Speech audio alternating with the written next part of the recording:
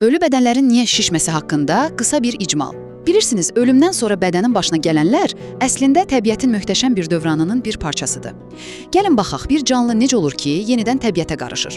Deməli, birincisi, hər şey daxildən başlayır. Baxın, ölümdən cəmi bir neçə dəqiqə sonra bədənin öz enzimləri sanki öz hüceyrələrini həzm etməyə başlayır. Buna otoliz deyirlər. Eyni zamanda da oksigen bitdiyi üçün əzələlər bərkiyir.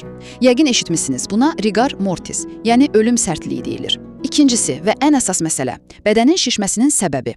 Bütün iş demək olar ki, bağırsaqlarımızdakı bakteriyalardadır. Bu bakteriyalar toxumaları yeməyə başlayır və metan kimi qazlar istehsal edir. Həmin bu qazlar qarın boşluğunda yığılır, təzcik yaradır və bədən, xüsusilə də qarın nahiyəsi şişməyə başlayır. Və nəhayət, üçüncüsü, bədən təbiətə qayıdır. İçəridəki o təzyiq vara, o, mayələri bədəndən kənara çıxarır və torpağı qidalandırır. Bu zaman yayılan qoxu həşəratları cəlb edir, onların sürfələri isə çürümə prosesini daha da sürətləndirir. Və təbii ki, hava nə qədər isti olsa, bütün bunlar bir o qədər tez baş verir.